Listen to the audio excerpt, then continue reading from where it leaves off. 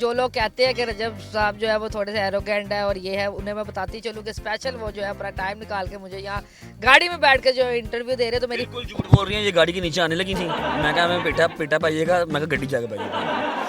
आपने कभी अपने नाम कुछ नहीं लिया? मेरे नाम होंगी 2-4 चीज़ें होंगी, लेकिन वो कोई वैल्यूएबल नहीं है।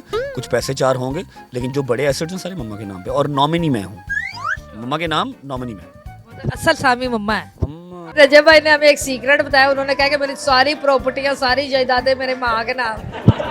मैंने भी अपना सारा कुछ के नाम लगाया था ना। ये बात सच है कि सारा कुछ आपके? सब कुछ अल्हम्दुलिल्लाह। अमीर हो रहा था। मेरे बच्चे बड़े अमीर हैं, आप लोग सलामत रहो, सब अमीर है, शुक्र अल्लाह पाक का। सामी बड़ी सामी होगी। माशा 27 साल इसकी, इसने कसम से किसी भी चीज के लिए तंग नहीं किया। ये भी पता चला मेरे गजल जो है वो 28 साल की होगी, छोटी सी है। 27 की। अजीब एक्सक्लूसिव न्यूज़ न्यूज़ गजल 28 साल की हो गई है।